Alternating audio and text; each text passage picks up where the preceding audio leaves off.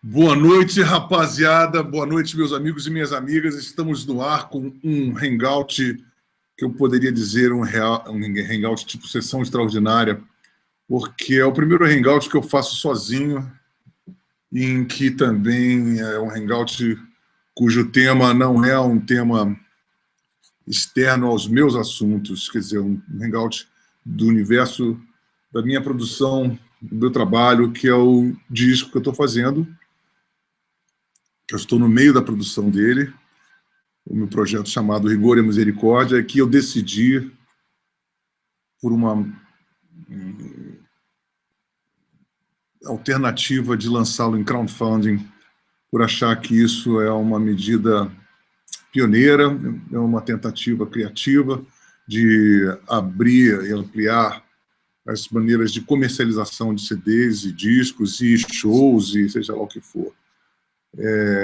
Para isso, a gente pediu para que houvesse um fluxo de perguntas sobre tudo o que gera de maior curiosidade em relação ao projeto. E eu já tenho aqui em mãos, vocês podem continuar fazendo, evidentemente, as perguntas, porque o meu querido Rafael Zandoná está ali captando e me mandando real time para que a gente possa responder. Bom, eu vou começar lendo por perguntas e o nome das pessoas que fizeram essa pergunta, como, por exemplo, o Adailton Moreira. Ele me diz assim: Lobão, esse álbum foi mais influenciado pela fúria ou pela felicidade? Olha, eu vou te dizer uma coisa, a felicidade sempre é uma resultante de quando você faz alguma coisa com fúria. Então, uma coisa não alija a outra, muito pelo contrário. A fúria me vem pela felicidade, e a fúria me dá felicidade. E o que dá mais felicidade também a mim é quando eu realizo que eu fiz uma música que eu acho bonita, que eu gosto, que, independente dela ser triste, dela ser alegre, dela ser furiosa, dela ser qualquer coisa, toda a música que a gente faz, quando a gente vê que é uma música que vale a pena, ela nos dá uma profunda sensação de recompensa e de felicidade. Ok? Ulisses Menezes e Isabela Trevisan. Ulisses. Lobão, as influências para esse trabalho serão as mesmas dos antigos trabalhos ou possui alguma nova influência forte da atualidade no mesmo? E se você destacaria alguma banda interessante de 2010 para cá? Abraço. Olha, Ulisses, esse trabalho talvez seja o mais voltado para dentro de mim, assim, mais autista, o que eu menos recorri a alguma coisa externa. Ele veio totalmente espontâneo, ele veio fruto da minha vontade de recorrer a minhas influências mais primevas, mais... Eu comecei pensando em fazer um disco setentista, com as minhas influências da minha formação musical básica, né? Muito embora ela tenha se desvirtuado, muito em virtude dos apagões aqui, para um contexto bem mais acústico.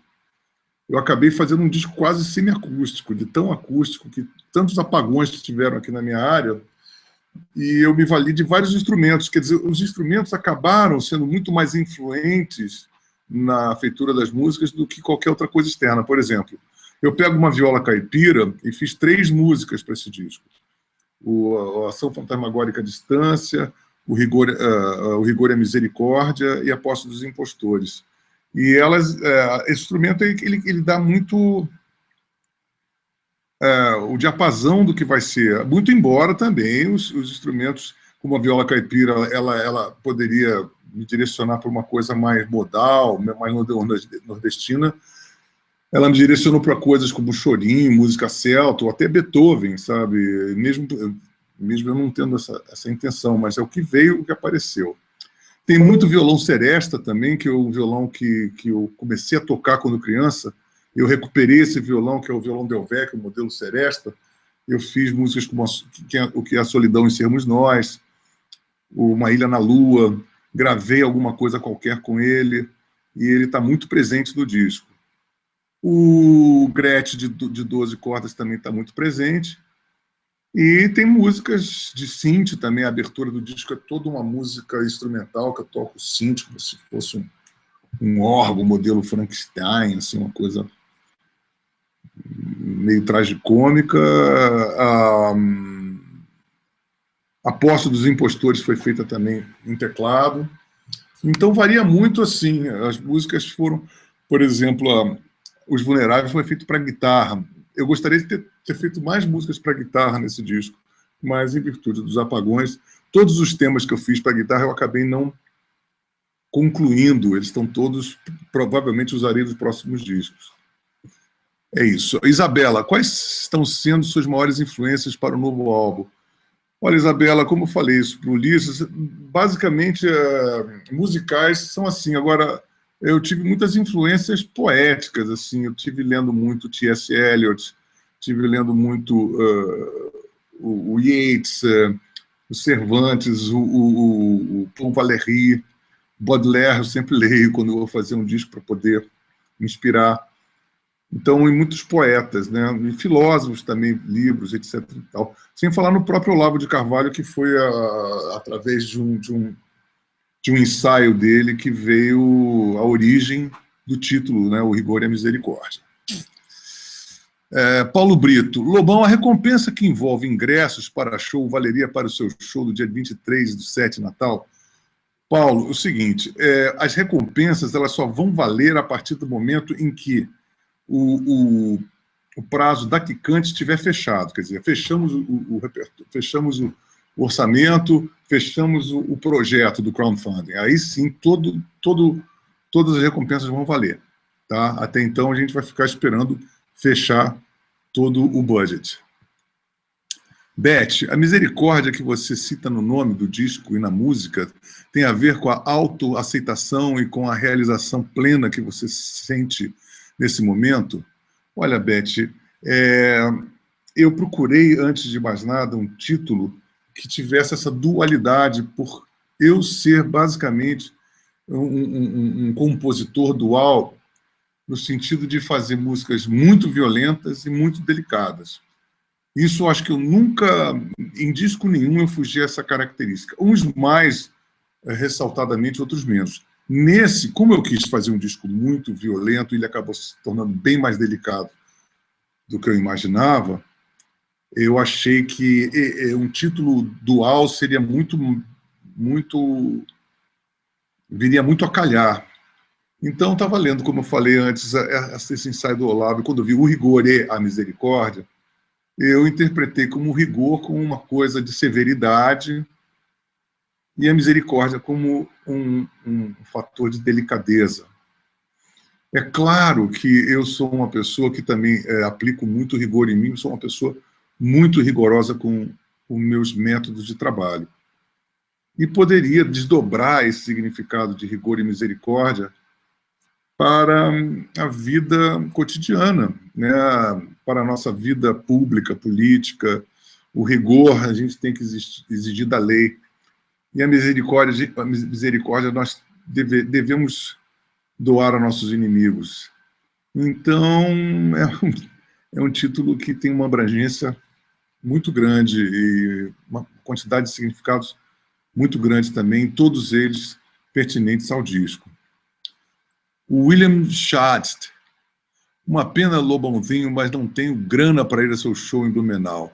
Lobão, esse álbum novo vai ser o melhor ou o melhor ainda está por vir? Bom, William, o melhor está por vir, o álbum está por vir ainda. Eu acredito ser esse o meu melhor disco, não tenha dúvida, como trabalho, como desafio, como execução, como composição, como excelência. E tudo tem indicado na minha carreira que eu estou tendo essa progressão. Isso desde os anos 90, quando lancei, eu acho que o meu primeiro disco como um compositor de verdade, que foi Nostalgia da Modernidade, depois veio Noite, que foi melhor, depois veio A Vida é Doce, que foi melhor, depois veio um intermediário, que foi o Ao Vivo. Foi um tremendo disco, foi talvez a minha inauguração como guitarrista, né, o 2001, Odisseia no Universo Paralelo.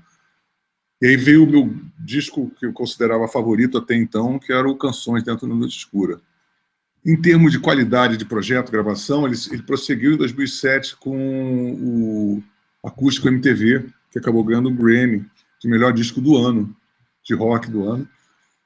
Depois eu tive o Lindo, Sexy e Brutal, que é um DVD, CD, gravado em 2012, que também tem um som, uma qualidade de som, execução, performance da banda fora do comum. Então eu estou percebendo que eu estou pegando a manha, porque os discos dos anos 80 eram muito mal produzidos, muito mal gravados, muito embora eu gostasse sempre do repertório. Então eu acredito que o fato de eu estar fazendo esse disco, produzindo esse disco, tocando todos os instrumentos e cuidando com o maior carinho que eu posso, né, e com o maior rigor que eu possa ter, ele tem tudo para ser o meu melhor disco mesmo. E espero que o próximo seja melhor ainda, né? Evidentemente. Tiago Miranda, qual foi a primeira música que entrou nesse disco e como ela apareceu para você? Bom, Tiago, eu estou para fazer esse disco desde que eu fiz o Das Tripas Coração, que acabou não entrando, aí fiz Song for Sampa, aí eles acabaram virando um apêndice do meu livro, 50 anos a mil, a biografia, porque eu não tinha tempo, eu estava pensando, eu estava aprendendo a lidar com o computador, aprendendo a gravar, aprendendo a tocar alguns instrumentos como baixo, como teclado, piano, voltando a tocar bateria. Desde 2008 eu comprei uma bateria, voltei a tocar, a treinar todo dia bateria. Então me demorou um tempão para fazer esse disco. E eu acredito que a primeira música dessa leva, né, que foi a pedra fundamental desse disco, foi a Ação Fantasmagórica à Distância, que é a música, vamos dizer assim, mais antiga que eu tenho desse repertório, que foi composta em 2013, e que é uma homenagem ao meu pai.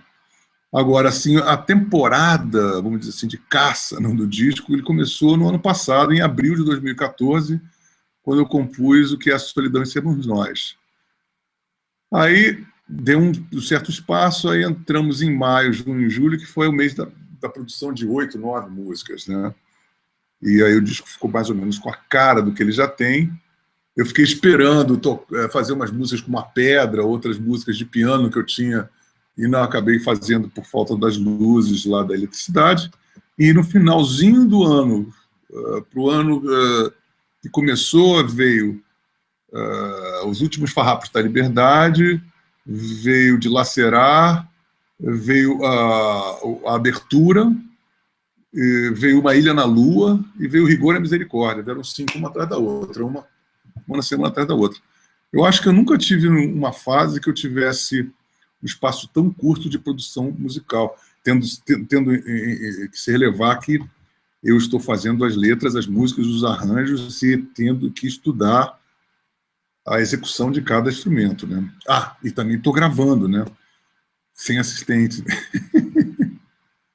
Pedro Yuri, você acha vantagem masterizar fora com tantos bons estúdios e profissionais?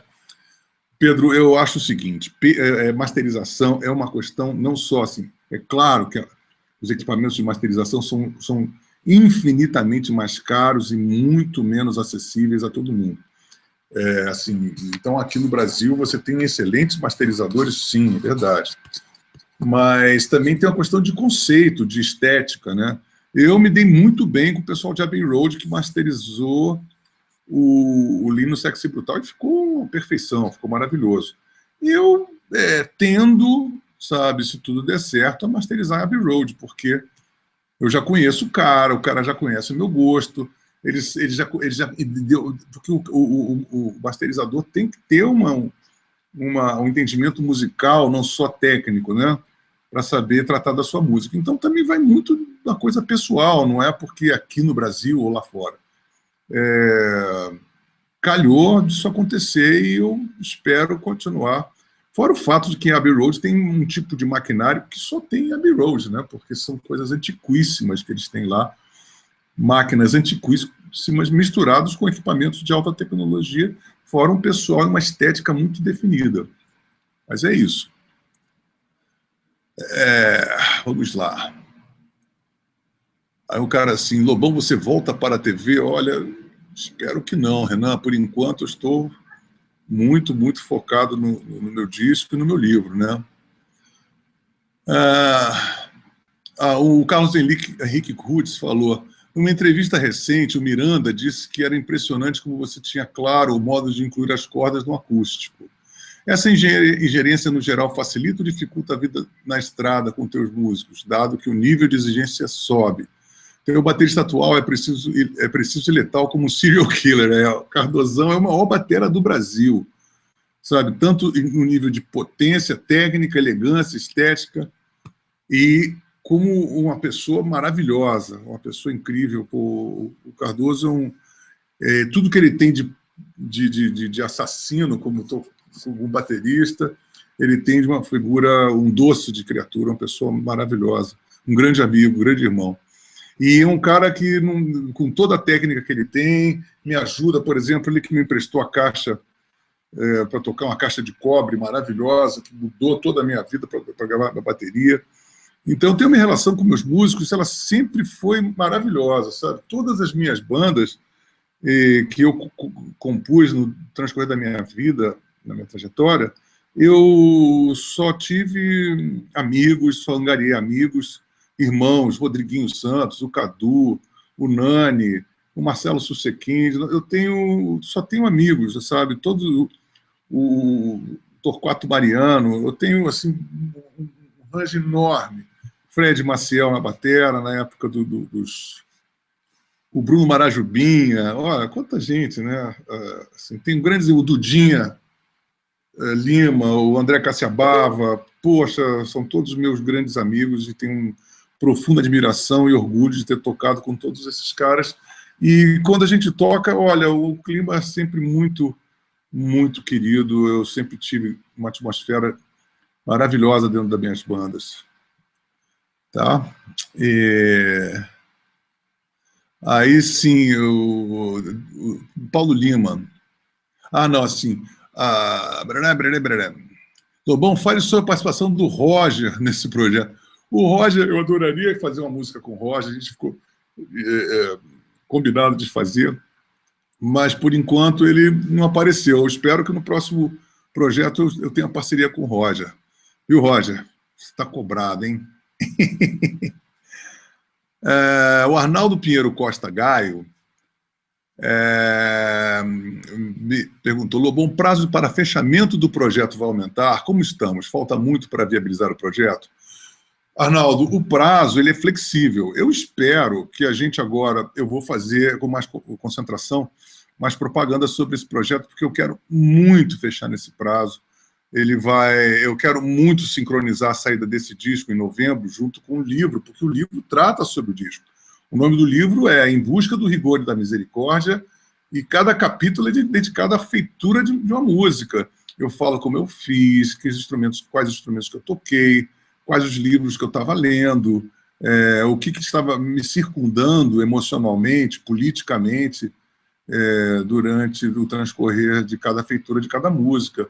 Então, acho muito importante que o prazo desse disco não se estenda além de novembro, né? Então, é por isso que eu estou aqui agora concentradíssimo em agora acelerar o budget do crowdfunding.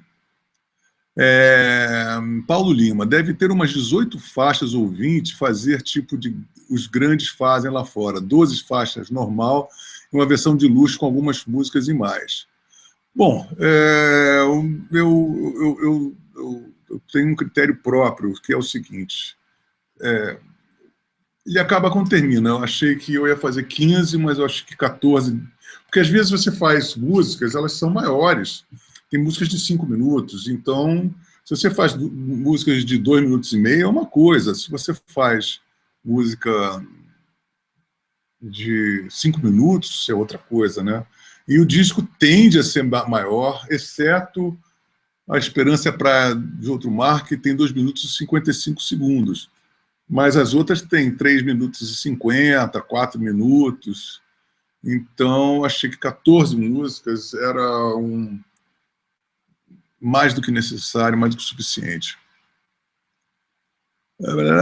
Juliana Mendonça, para você que sempre viveu de música, como é chegar nessa fase de sua vida e ver que conquistou tudo vivendo da sua arte? Você, para mim, é um exemplo, pois as pessoas julgam muito qualquer um que vá buscar uma vida artística independente. Beijos. Bom, Juliana, eu não sei, eu acho que independente é chiquérrimo, principalmente a minha trajetória, porque eu vim de, assim, eu vivenciei quase 20 anos de um cara do mainstream, né? E, de repente, em 98, 99, muito vacilantemente, eu estava morrendo de medo, mas eu dei meu grito de independência, vi que eu era uma peça fora daquele tabuleiro. Eu não tinha a menor condição de continuar naquele lugar, sabe, num sistema infestado de jabás e de pouca competência musical e de politicagens rasteiras. E eu sempre achei assim, olha, eu sou incapacitado para isso, eu não sirvo para isso, eu não consigo sobreviver num terreno desse. Então tive que me inventar, me reinventar.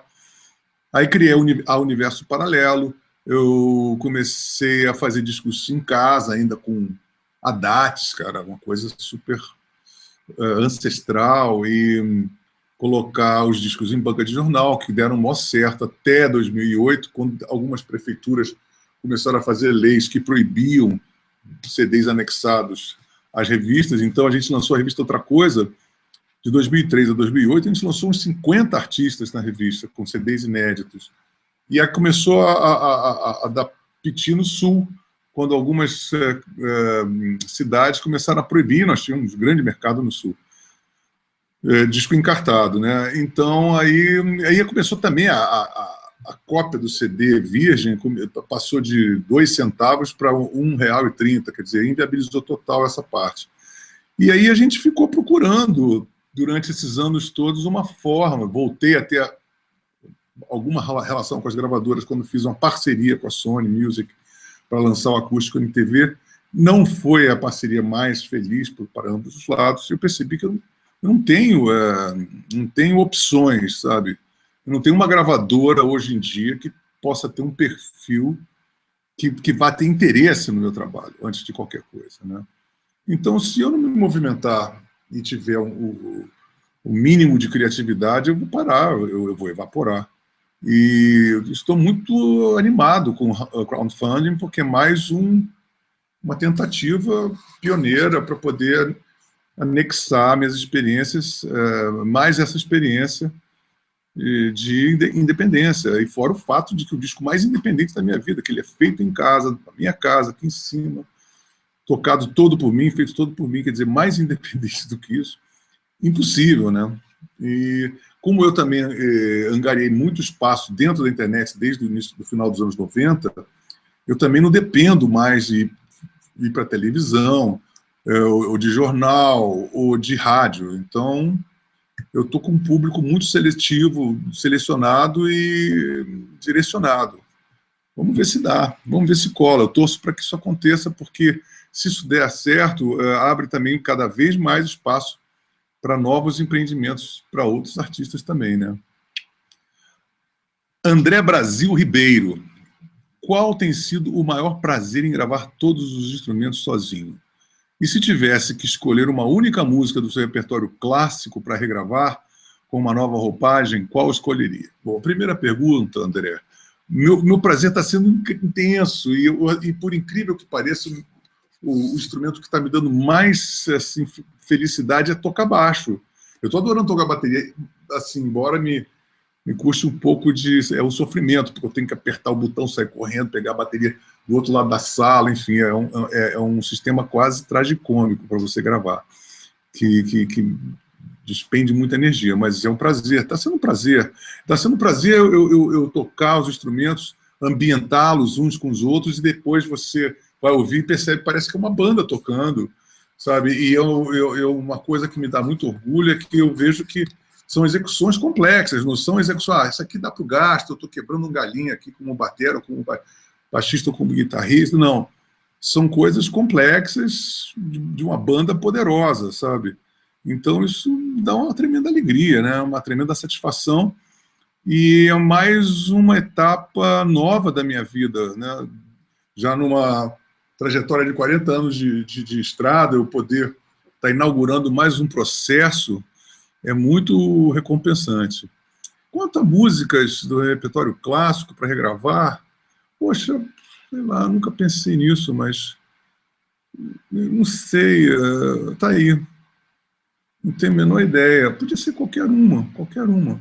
Eu poderia escolher qualquer uma. De repente eu faço até um projeto assim, regravando algumas músicas antigas, embora eu também nunca tinha pensado numa coisa dessa. Outro, Lobão, o que acontecerá caso não atinja o objetivo? Torcendo para que dê tudo certo. João Carlos Veloso. José Carlos Veloso. José Carlos, é o seguinte, esse projeto Coquicante, ele é flexível.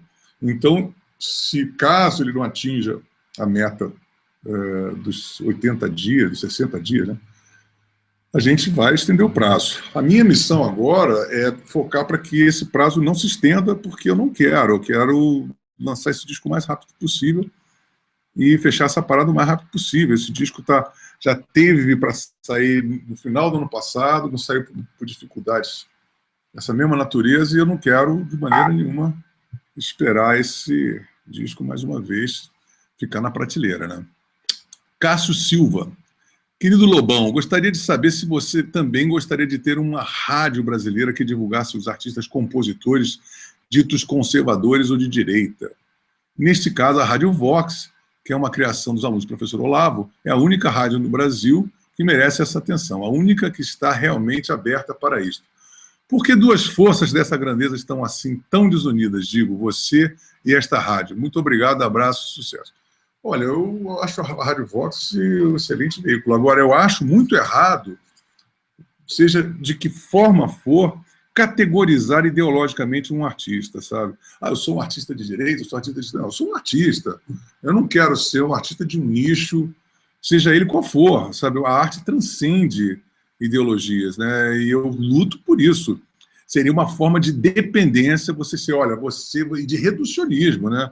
Olha, você agora é um artista de direita ou de esquerda. Não, não. Isso não me passa pela cabeça e eu vou lutar com unhas e dentes para que isso não aconteça, viu? Marcos Planowski. Não pensa em gravar o Aquarela do Brasil 2.0? Marcos, não dá para... É muito difícil. Aquilo é um poema, não é uma letra, sabe? Eu já fiz isso com o Parumano Caetano, me deu um trabalhão e nem me passou isso pela cabeça, sinceramente. Rusli Regis. Você vem a Teresina e nesse novo disco só terá canções inéditas? Ah, eu tenho um vinil teu, o Rock and Roll. Rusli, eu espero voltar a Teresina o mais breve possível. O disco só tem músicas inéditas, sim. Tá ok? E Januber Moreira. O rigor e a misericórdia são duas palavras que resumem duas letras. Tem alguma faixa no álbum que traz alguma opção de ordem e progresso? Se tiver, qual seriam as letras? Olha, rapaz, o rigor e a misericórdia me emociona, me inspira e me causa empatia total. Eu acho Ordem e Progresso um slogan cafonérrimo, positivista, e eu acho que não me inspira nem em fazer uma piada. Eu acho Ordem e Progresso realmente um slogan horroroso.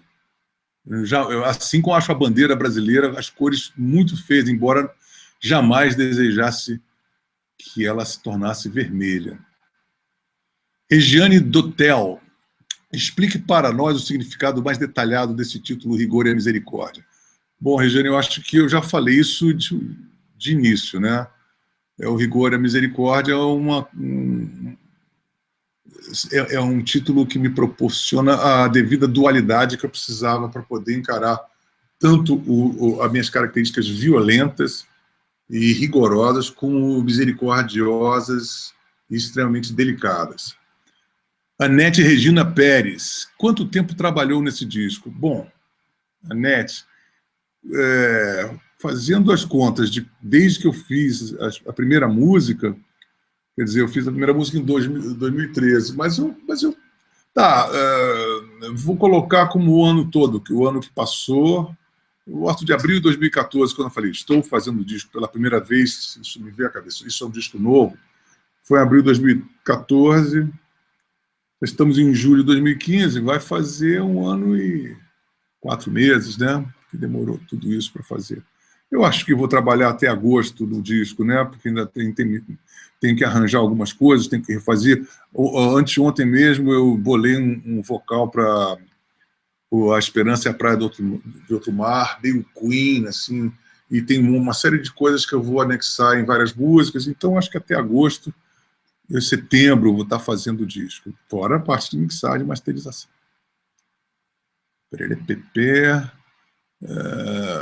Leonardo Fadanelli Borba, de que se trata o álbum? Ora, o álbum ele se trata basicamente das minhas experiências cotidianas, né? Eu falo sobre basicamente tudo o que me interessa, desde a eternidade, do absurdo, do universo, do universo sermos nós. Eu penso assim, o universo é inteligente porque eu sou o universo, sabe? Eu faço parte do universo. Então, o universo ele é intrinsecamente inteligente. Isso é uma coisa que é uma ideia que vem me perseguindo muito. A própria eternidade, a transcendência, o aconchego, o que significa o aconchego, o que significa o amor, o grande amor mesmo, ele é uma coisa até hoje também impalpável. A perda, a morte, a vida, a indignação, a política, tudo que me envolve profundamente, tudo que vem me envolvendo, faz parte desses temas de letra, e também as músicas, porque, na verdade, é o primeiro disco em que toda a produção musical foi feita antes das letras. Então, todas as letras elas foram devidamente acopladas, milimetricamente, e baseadas no do sentimento que eu tinha em relação a cada música, né?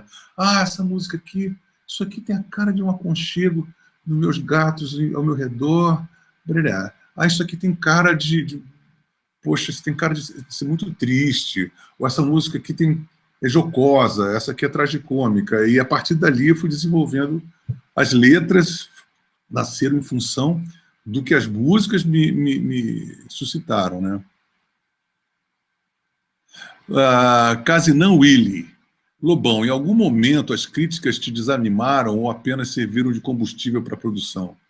Kainan, olha, eu cheguei a uma época assim, da minha vida que chega a ser até engraçado pensar que alguma coisa vai me deter, sabe como é que é?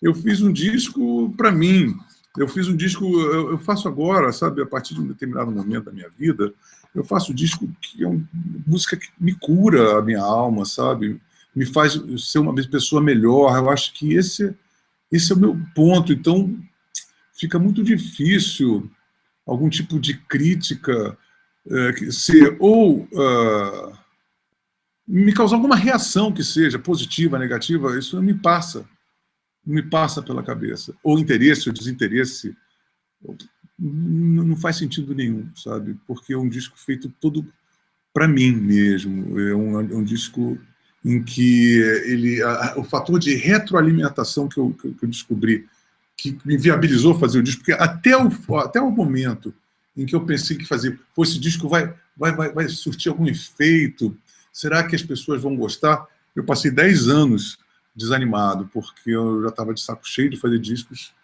que eram jogados ao mar, vamos dizer assim. Mas esse não. Esse eu me preparei e disse assim, não, olha, independente de qualquer resultado, esse disco é uma bênção para mim. Poder estar fazendo esse disco com esse tipo de conceito é uma bênção para mim. E o que aconteceu, para minha surpresa, é de que a qualidade, por essa ausência de expectativa externa, a qualidade do texto, a qualidade da produção, a qualidade da execução, a qualidade de tudo cresceu assim exorbitantemente, sabe? Então, eu estou muito feliz com tudo isso. Mara Loyola. Lobão, para os fãs que querem completar as coleções tanto dos livros quanto dos CDs, vai existir outro meio de comprar? O único meio é esse, que para mim é genial, como tudo que você fala. Olha, a princípio é focar tudo no crowdfunding. É claro que eu quero lançar ele em vinil, sabe? Eu quero lançar ele de forma mais abrangente. Mas o que permitirá isso acontecer, evidentemente, é a vitória desse modelo crowdfunding. Eu fazendo isso, aí a gente parte para outra etapa. Tá? Geneton Silva. Esse disco vai seguir alguma trilogia, como Nostalgia, Noite, Vida é Doce, ou será uma nova concepção, algo totalmente diferente em termos de musicalidade e letras? Olha, Geneton, cada disco é uma história. Eu só soube que eu fui fazer uma trilogia quando eu estava no terceiro disco. Quando eu percebi que aquilo era um universo que um explicava o outro. Mas quando eu comecei com Nostalgia, eu não pensei que eu ia fazer uma trilogia explicativa. Talvez a partir do Noite, como foi tão esquizofrenicamente diferente do outro, eu percebi que eu ia ter que fazer uma remendada ali conceitual. Mas esse aqui é um disco muito inteiro. Ele é um disco que ele não pretende ser brasileiro, nem ser eletrônico, nem ser rock, nem ser nada. Ele é um disco eminentemente lobônico, entendeu? Então, ele é um disco que, talvez o mais original, o mais essencial que eu esteja fazendo. André Leal. Você tem estado bastante engajado nas discussões sobre a política no Brasil. O quanto disso vai se refletir no álbum? Será um disco mais político e panfletário do antissocialismo e antipetismo? Pergunto isso porque sou fã de longa data de sua música, mas atualmente nossos pontos de vista políticos divergem, já que eu votei e apoio o governo do PT. Poxa, mas que legal, André. Sou o primeiro petista que está falando de uma maneira democrática e educada. Parabéns, muito obrigado pela consideração. Você acha que essa divergência inviabiliza que pessoas que pensam como eu possam curtir esse seu novo trabalho? Espero que não. Abraço. Valeu, André. Olha, é o seguinte, eu só posso te dizer o seguinte, eu como fiz um disco, como se eu estivesse fazendo uma redação de colégio, então eu elaborei muito bem o roteiro, para que primeiro que eu sempre fui um cara engajado, como eu sempre tinha nos meus discos baladas e músicas pesadas, eu, de uma forma ou de outra, sempre tive nos meus discos manifestações das minhas pontos de vista políticos, tanto no rock and roll, como no Vida Bandida, como no Cuidado, como em qualquer um outro. Nesse também não fugiu a regra. Basicamente, eu tive 2 músicas que foram feitas, inclusive, para me defender, pois a Marcha dos Infames eu fiz em protesto, em réplica, quando me colocaram na lista negra do PT. A Posse dos Impostores, ela foi uma música que é uma sátira sobre a posse patética da nossa presidente. Mas eu não ia incorrer nesse erro ridículo eu não sou panfletário.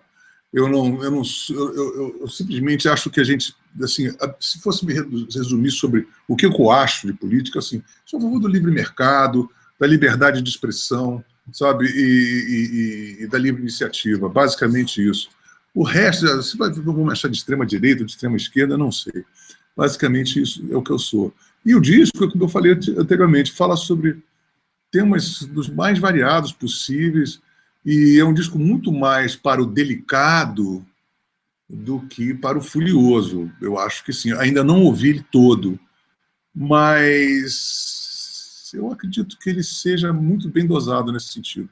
Eu não tenho muito saco para ficar... Eu não gosto de ouvir artistas politizados, para você ter uma ideia. Eu não tenho muito saco para ouvir um disco politizado. Mesmo porque você fica fadado a datar o seu trabalho com muita rapidez. Me dá uma dor no coração quando eu vou fazer um disco, uma música sobre momento político, porque assim como eu fiz o Eleito, assim como eu fiz o Presidente Mauricinho e outras músicas, essas músicas acabam se tornando jornalísticas. Essa música que eu fiz para o Capilé, são músicas que você acaba... É uma piada, você conta uma vez, depois ela fica gasta, né? Então eu não queria fazer um disco que me deu tanto trabalho que eu incorresse nesse erro tão primário, sabe? É isso aí. Arnaldo Pinheiro Costa Gaio. Já adquiri meu CD, a questão que me passa seria por que esse caminho? Seria experimentar a viabilidade? Não há espaço para esse trabalho em nenhuma gravadora de selo estabelecido? Pois é, Arnaldo, não há espaço. Eu tentei, sinceramente, eu sou um homem de gravadoras, eu sempre falei que nós deveríamos nunca querer acabar com as gravadoras, mas sim arranjar uma aproximação inteligente com elas. No meu caso, eu acho que eu já sou uma figurinha muito carimbada, tanto nas gravadoras como nas rádios. Eu já sou um nome muito, muito estigmatizado para que eu possa pensar em ter uma carreira ortodoxa outra vez. Então, se eu não me movimentar, eu não posso pensar em CD em banca, porque se tornou absolutamente inviável desde 2007, 2008. Então, eu estou esperando uma deixa para justamente eu poder impor a minha presença novamente, né? Eu acho que o crowdfunding é um teste, é um caminho que eu achei interessante. Você não poderia me imaginar eu indo para o Ministério da Cultura pedir uma verba para fazer um projeto também, que isso já pôde acontecer, sabe? Até o Ministério da Cultura abriu as portas e o cofre para mim, né? Eu que recusei, mas justamente que também o que está dentro desse espaço todo do crowdfunding é, de repente, fortalecer um outro viés comercial, porque as pessoas têm que entender que crowdfunding não é esmola, como tem algumas pessoas que pensam e afirmam isso. Não, é uma outra viabilização comercial. Se a gente conseguir dar um tônus nisso aí maior, tanto para artistas que são mais conhecidos como para os que estão começando, a gente tem uma independência dessa coisa terrível e perversa que é a Lei Rouanet.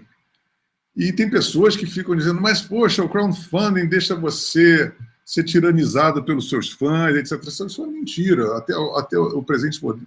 Mesmo porque eu sou um artista de 40 anos de carreira, todo mundo me conhece, e até agora eu tenho sido tratado com todo o carinho, respeito e admiração.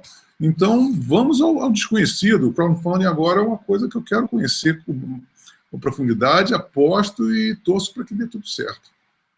Falou? Ronaldo Caldas. Lobão vai ser vendido em todas as lojas do CD ou nas bancas quando virar a Brasília fazer um show. Ronaldo, eu vou fazer, se não me engano, um show aí em Brasília com Power Trio. Eu acho que agora no final de julho. Não sei agora a data. Por enquanto, ele não vai ser vendido nas lojas ou bancas. Banca está fora de cogitação.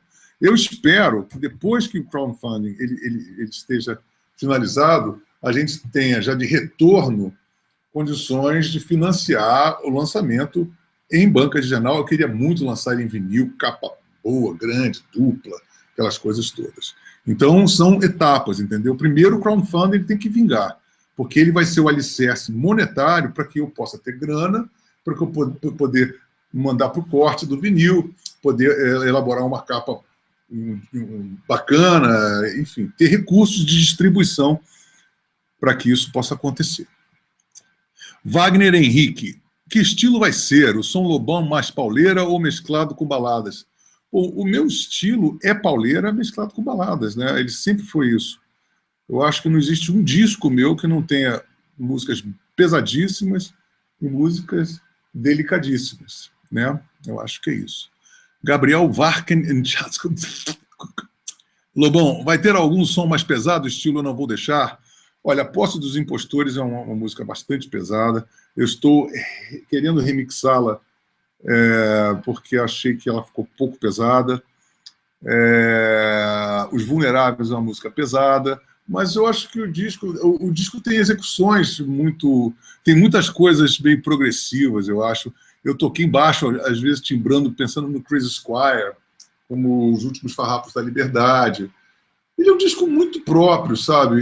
Ele não tem... No final das contas, eu quis fazer um disco mais setentista, e ele tem um sotaque lá setentista, mas ele ficou com uma assinatura, uma cara muito própria, sabe? E vamos ver. Eu ainda não ouvi o disco todo, para dizer a verdade a vocês, sabe? Eu quero chegar, ainda finalizando, para poder ver como é que eu vou me sentir quando eu ouvir peraí, deixa eu ver. Quando eu ouvi o disco inteiro. Deixa eu pegar aqui a segunda via de perguntas. Terceira leva de perguntas, né? Vinícius Maila. Gostaria de saber quais foram os instrumentos usados no álbum, se há alguma canção com mais de 5 minutos. Leonardo Santos Lobão. Quais são os prós e contras de gravar sozinho? Bom,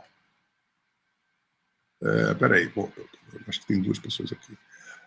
Os instrumentos usados no disco foram bastantes. Eu tinha viola caipira, violão seresta, violão 6, folk, violão de 12.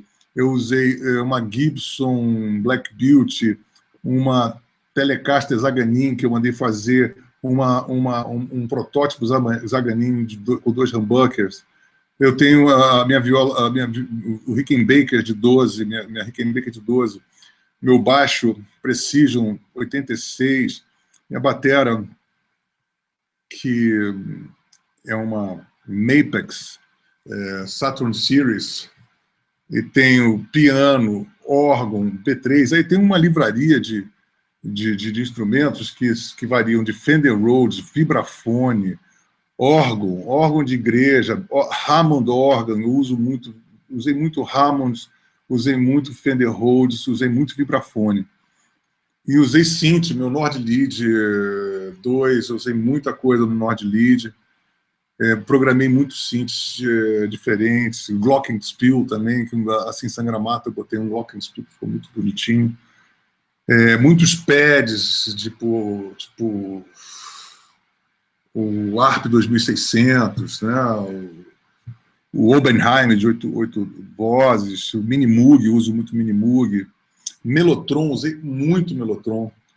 Então, basicamente, foi percussões, instrumentos de percussões, tipo, desde o shaker até a queixada. Acho que basicamente é isso que eu usei no disco, né? Banzé Oliveira. Lobão, como foi a passagem da bateria? Peraí, não. Sim, tem isso também do Leonardo Santos. Quais são os prós e contras de gravar sozinho? Os prós é que você tem exatamente aquilo que você quer, com o sotaque e a inflexão, porque quando eu faço a letra, eu penso que o instrumento, ele, assim, principalmente a bateria, para mim é ponto, vírgula, exclamação. Quando eu bato no prato, é como se fosse um ponto de exclamação. Às vezes de um baixo pode ser um ponto de interrogação, sabe? Então, eu toco de uma maneira muito literária. Então, isso dá uma coesão no entendimento da letra, do arranjo, de uma maneira sensorial muito forte. Os contras de gravar sozinho é que, é muito difícil você gravar sozinho. Você gravar, porque, além do mais, eu não tenho um técnico de som gravando. Então, sou eu que dou o play, eu que corto, eu que edito, eu é que gravo as coisas. Então, principalmente gravar bateria, é um inferno. É muito trabalhoso, assim, exaustivo. Eu tenho um aparelho que mede quando você andou, não sei o quê. Outro dia, eu fui medir esse aparelho, cara, eu andei 10 quilômetros numa gravação de bateria, cara. Sabe? Então, assim, é muito cansativo. Mas o retorno, vale a pena mesmo.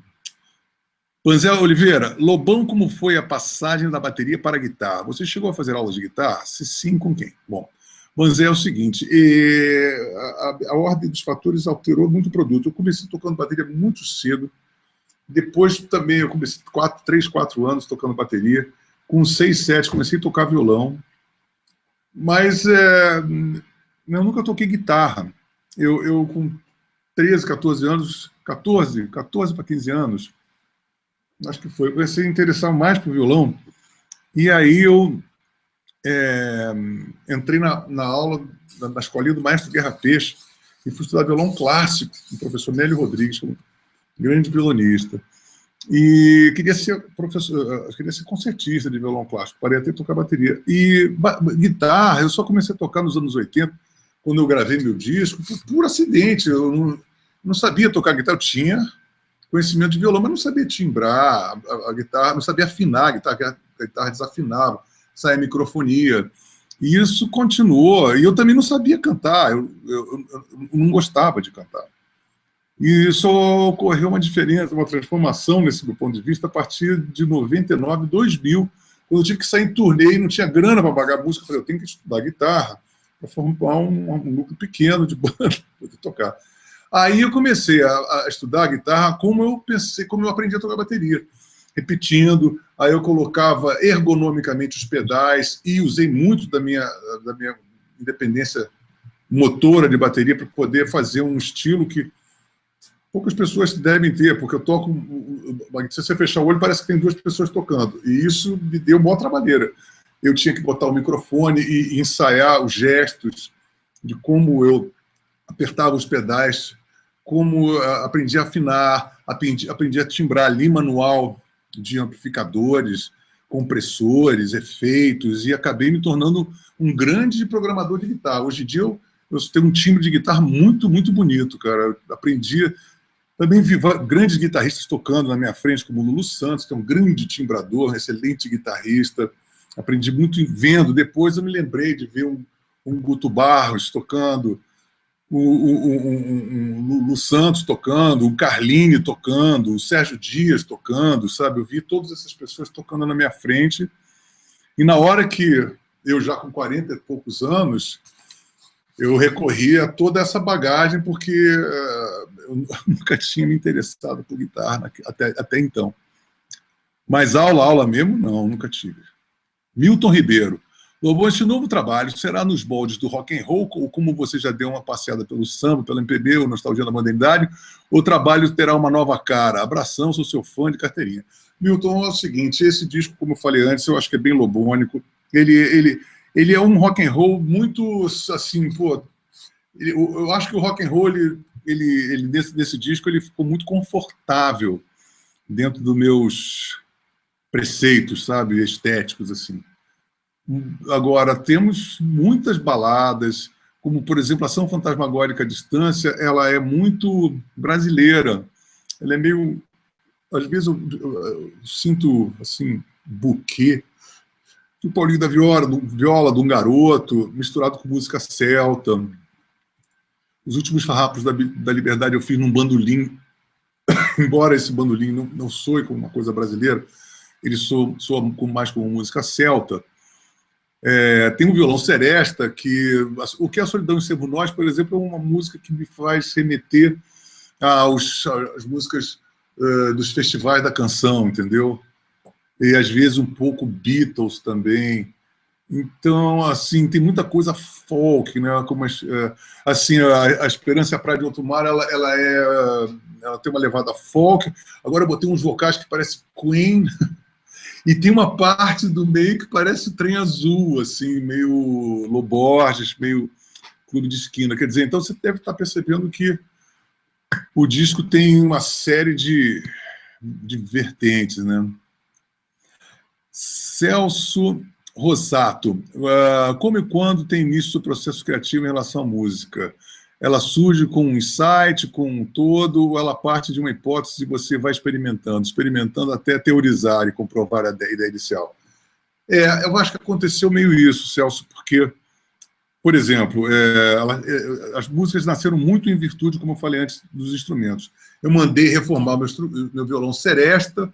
Quando ele chegou, em um dia, eu fiz o que seria Uma Ilha na Lua e o que é a Solidão em Sermos Nós. Só pegando um instrumento, só sentindo o cheiro, o tato do instrumento. No bandolim, eu fiz uma música bandolínica, né?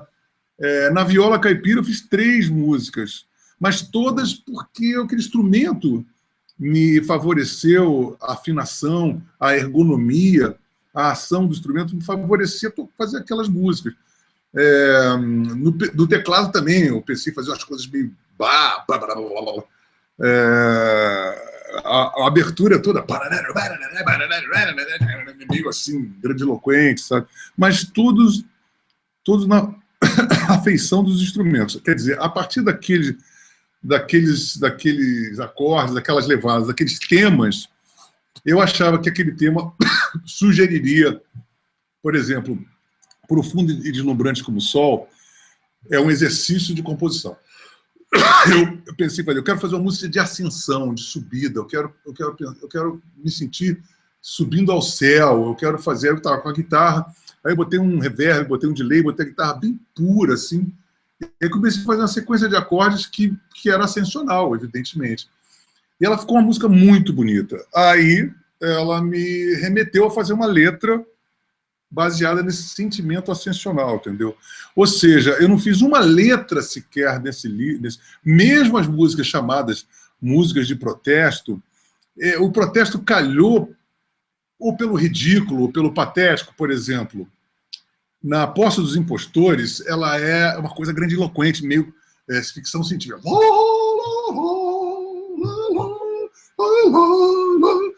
Aí eu pensei, isso parece assim, me remetia na cabeça assim, uma coisa stalinista, uma parada bem fascistoide, bem comunista. Então, aí quando veio aquela coisa da posse da Dilma, eu vi ela passeando com aquele carro, com aquela vestimenta do botijão de gás, falei, porra, tá aí, esse tema vai favorecer aquela música, mas o tema, ele é apêndice, né? Ele é acessório à música. A Marcha dos Infames também. Eu fiz um diretor de teatro, ele me encomendou para uma peça do Brecht, um quarteto, e eu fiz na viola caipira. Só que acabou não dando sequência a coisa do teatro, eu fiquei com a música parada. Aí quando eu fiquei na lista negra do PT, eu me lembrei, uma coisa meio entre o Cossaco, entre o Beethoven, uma música, eu me lembrei da sétima do Beethoven, do adágio da sétima de Beethoven. Eu falei, essa música... Eu me lembrei no Henri Cristo para poder fazer fazer uma interpretação grandiloquente. E, tá entendendo? É muito mais baseado nas sensações da música do que propriamente a letra. A letra, ela vem como acessório, sabe?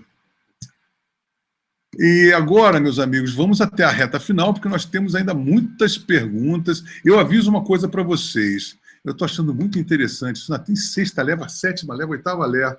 E eu vou dizer o seguinte, eu estou a fim de fazer o próximo Hangout, eu quero fazer a infra lá no estúdio, que eu vou fazer lá no estúdio, e eu possa mostrar para vocês algumas coisas que eu já gravei no Pro Tools, ou mostrar os instrumentos, ou dar uma palhinha na bateria, ou ligar a guitarra.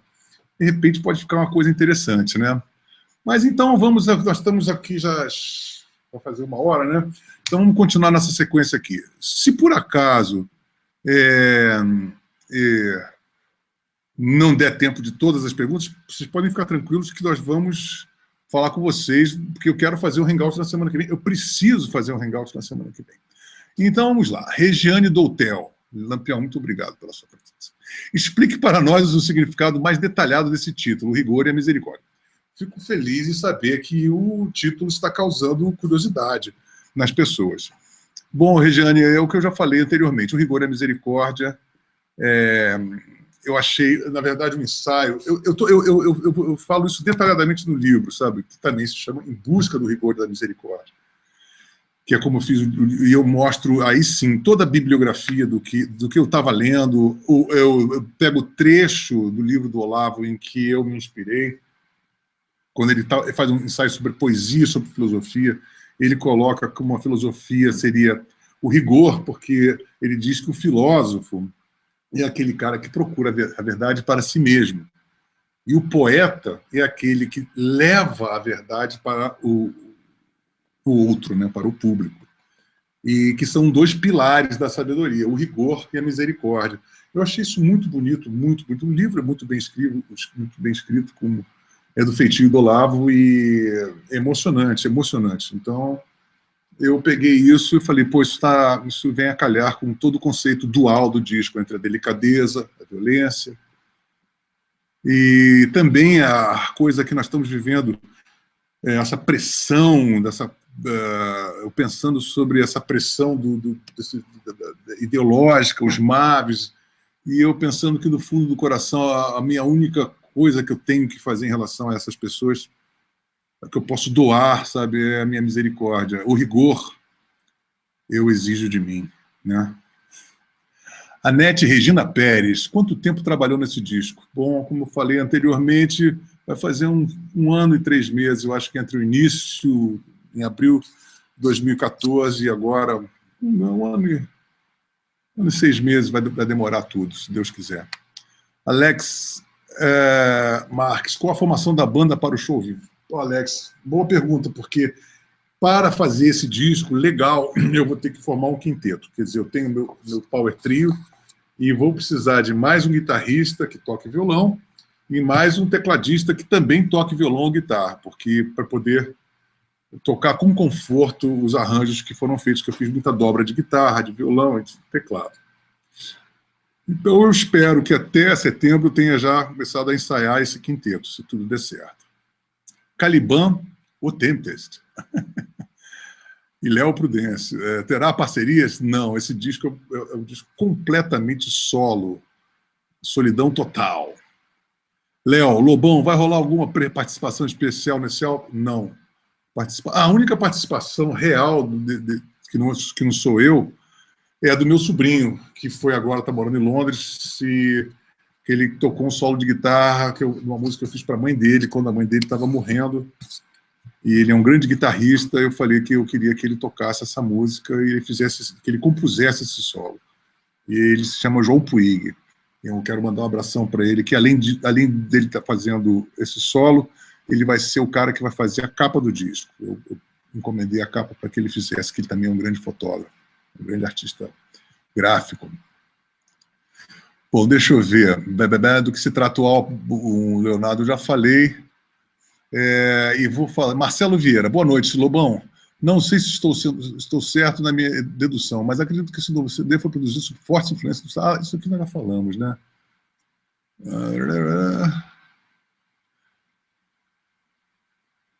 Aí tem essas... Bom, eu vou ter que reduzir, porque essas perguntas estão assim, músicas mais energéticas, para loucura, ou mais tranquilas. Ivan Neto, eu quero só salientar o seguinte, a loucura nem sempre ela é uma coisa energética. Às vezes a loucura... Você veja o Pink Floyd, né? As coisas mais loucas do Pink Floyd são aquelas mais viajandonas, né? Então, isso é muito relativo. Luiz Gustavo Boccaccios, gostaria de saber sobre o livro. Na verdade, você pretende viajar autografando o livro? Sim, o que eu estou querendo fazer justamente já que eu tive a sacada de fazer um livro sobre o disco, e vou entregar eu acabei o livro hoje, por sinal. Eu quero lançar ele em novembro e quero sair fazendo noites e tardes de autógrafo com o disco para poder casar o disco com o livro, né? Que, no mínimo, é uma empreitada muito criativa, né? Deixa eu ver aqui outra leva que eu vou determinar como a nossa última leva. Não, acho que tem, peraí. Leonardo Santos, você está lançando um trabalho novo. Alguma repercussão da crítica musical? Tenho a impressão que a crítica musical mingou. Tem alguma opinião sobre isso? Olha, Leonardo, eu tive a paciência de acolher um cara aqui da UOL recentemente, que veio falar, o cara falou que o disco parecia o Rammstein. Olha, eu adoro o Rammstein. Eu falei para ele que a posse do Impostores tinha uma voz grave, como a do Rammstein, só isso. E o cara falou que o disco parecia... E olha que eu mostrei praticamente o disco todo para ele, está longe de parecer o Rammstein. Sabe, é um disco lobônico, sabe? Eu adoro. Eu acho que o Rammstein, para mim, é uma das minhas bandas favoritas, mas não tem nada a ver com o Rammstein, né? E a crítica musical mingou porque também foi muito leniente, muito resiliente com a porcaria que a gente vive, né?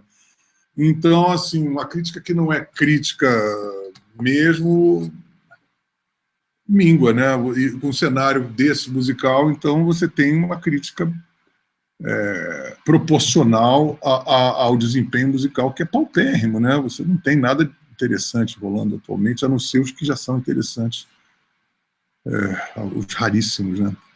André Tavares, Lobão, depois de suas fusões e inovações com o samba e música eletrônica dos anos 90, sua verve rock and roll voltou com uma força renovada e muito potente a partir de 99. Li no Sexo Brutal, é uma performance de um artista maduro em plena virilidade artística. Esse disco novo, o primeiro com inédito desde 2005, é um retorno à experimentação ou continua esse fluxo rocker furioso? Olha, eu queria ser mais furioso, como eu falei, mas ele veio mais delicado. Eu espero que talvez, quem sabe, no próximo, sem tantos apagões, eu possa complementar os temas que eu fiz. Tem grandes riffs guardados aqui, mas as circunstâncias determinaram muito a característica mais introspectiva do disco. Eu nem sei se ela é introspectiva verdadeiramente, só vou saber quando o disco estiver totalmente pronto. Mas, pela característica, sabe, do material, assim, mais denso, eu acho que é basicamente um disco que o acústico meio que predominou, sabe? Agora tem a rapaziada do YouTube. layout. Lobão, você disse que os discos dos anos 80 não foram bem gravados, mas mesmo assim você gosta do repertório? Eu também. Você pensa em fazer releituras das novas versões das músicas dos anos 80? Eu já fiz essas versões ao vivo, né? Você pega o Linus Sex Brutal, as músicas são muito mais bem tocadas, bem gravadas, e eu acho que isso é o suficiente. Eu não, acho que refazer no estúdio, eu acho que aí vale o estúdio vagabundo. Eu gosto de ouvir aquela pessoa não me chama, o cara esqueceu de gravar o prato, porque é assim que a gente funciona. Paulo Henrique, Lobão, qual a música que chuta o balde nesse novo trabalho? Tem os Vulneráveis, tem a Posse dos Impostores, tem a Marcha dos Infames, que são músicas, o Dilacerar também, que são músicas mais porradas, né? Drac von Luspel. Você mixou onde? Com Marcelo Susequim? Depois vi algumas fotos falando dele em um estúdio com você. Olha, o Marcelo é um grande amigo meu, um grande baixista, um grande músico, um grande técnico de som, mas não, a Posse dos Impostores foi mixada pelo Maurício Cesósimo, que mixou todo o Linus Sex Brutal. E eu espero continuar mixando com ele. Ok? Então vamos para a última leva de perguntas de hoje, tá bom? Para a rapaziada que vai ficar aguardando, eu vou fazer no próximo, eu vou guardar para responder no próximo Hangout. Arthur Lemos, pergunta 1. Cachorro Grande está nesse projeto? Não, não está nesse projeto. Pergunta 2. As músicas serão psicodélicas, como Linus Sex Brutal? Psicodélicas. Bom, tem o seu ar psicodélico, sim, guardando as devidas proporções. G da Lima Verde. Lobão, você já pensou em fazer um dueto com outro roqueiro? Não, nunca pensei. Eu pensei, já chamei o Carlini para tocar comigo, que é um grande herói. Talvez, cara, eu já me passou pela cabeça em fazer um disco Lobão Toca Raul. Isso já me passou pela cabeça, talvez eu venha a fazer, porque eu já fiz um projeto que eu cantei algumas músicas do Raul e me senti muito confortável. Eu acho que eu sou uma pessoa que posso acrescentar alguma coisa verdadeira nesse aspecto. Everton Mar. Lobão, qual a diferença da música de hoje com a dos anos 80, em termos de qualidade instrumental e vocal? Bom, não tem nem comparação. Parece que você está, assim, tipo, você queria comparar um micróbio com um elefante. A diferença é brutal, é muito grande, tanto na parte instrumental, como na parte de letra, como desempenho de vocal, tudo é outra coisa. Porque naquela época eu não gostava de cantar, não sabia tocar. Eu era um compositor bissexto e estava em crise. Então, não tenho a menor saudade dos anos 80. Ricardo Fonseca, você não acha que misturar música com política é muito contraditório? Ricardo, se você falar isso para o Bob Dylan, para os Rolling Stones, para Joan Baez, para o Chico Buarque de Holanda, para o Caetano Veloso, você não acha que é um pouco contraditório você falar isso? Aonde, quando, na vida, a política não se misturou com a música? Talvez você esteja vivendo um país em que o artista é generalizadamente um bunda mole, um calça frouxa, um palmolenga. Mas a política, ela fez o rock. O rock é que desencadeou os direitos civis americanos, o soul music, James Brown, Sly and Family Stone, Curtis Mayfield, Isaac Hayes, Wilson Pickett. Porra, todos esses caras foram fundamentais. Bob Marley. Como é que você poderia imaginar essas pessoas existindo? Os Beatles, John Lennon, né? Todos esses grupos ativistas, Protibé, Radiohead, o Clash, Sex Pistols, Ramones. Como é que você pode imaginar esses caras sem eles estarem envolvidos no contexto político? O que eu fico apavorado é com pessoas, que você não é a primeira pessoa a falar sobre isso, não. É pessoas que sequer cogitarem algo dessa natureza. Bom, como tem mais duas perguntas só aqui, não é um calhamaço, vamos responder todas elas agora, então. André Felipe, P. Por que esse novo modelo pode ser importante como um novo caminho da produção de artistas? Boa. Principalmente em tempos de Lei Rouanet e outras pornografias mais. Boa, André. É isso aí. Esse modelo ele pode abrir grandes precedentes, não só por causa que tem artistas que não sabem muito bem, ficam inseguros em fazer, e acostumar um determinado público a ter essa cultura de buscar no crowdfunding, aquilo que é seletivo, né? Porque você se mira no público, você não quer bullshit, sabe? Você quer falar com um determinado tipo de pessoa. Então, se isso vinga, cara, vai ser descoberta do caminho do gol, não só para mim, como uma série de outras pessoas, né? Como público em geral também. Luiz Padilha, seus livros, previsão para lançamento, alguns só de crônicas? Ô, Luiz, o meu livro, como eu falei, acabei de escrever o último capítulo hoje. Esse último capítulo foi a minha ida em Brasília no ano passado, chamado Leve-me a Seu Líder. E vai ter previsão de lançamento para a mesma época do ano. Eu quero lançar os dois juntos, né? Tanto o disco chamado Rigor e Misericórdia, como o livro Em Busca do Rigor e Misericórdia. É um livro de crônicas. Ele é e não é, porque ele é um disco que cada capítulo fala sobre uma busca do livro, mas ele tem 20 capítulos, quer dizer, ele tem capítulos que também falam sobre coisas que são externas ao disco, mas literalmente influenciadoras na manufatura do repertório. Ok? Bom, então, para encerrar, tem aqui falar para a galera, original, como é que é isso aqui? Ah, sim, a minha querida Regina está dizendo para a galera, quem quiser saber sobre a agenda, vocês vejam a agenda no site, tá bom? E é isso aí, meus amigos. Eu adorei fazer esse hangout solo, né? O primeiro hangout solo da minha vida. Eu agradeço desde já a todo mundo que está colaborando, que já colaborou, que já investiu nesse projeto. Como já agradeço também àqueles que irão colaborar. E espero, do fundo do coração, que eu não esteja abaixo das suas expectativas, né? É isso aí, apoiem, porque se isso der certo, vai ser uma mão na roda, tanto para a classe artística se sentir mais livre das garras da chapabanquice, como também uma veiculação de uma cultura de recorrer ao crowdfunding para determinados projetos em que seja um acesso cada vez mais viável para um público mais exigente. E quando tivermos um público cada vez mais exigente, a música vai crescer, o panorama vai crescer, nós vamos ter artistas produzindo coisas mais criativas, mais contundentes, fatalmente teremos um show business mais pujante e até uma crítica melhor, não é verdade?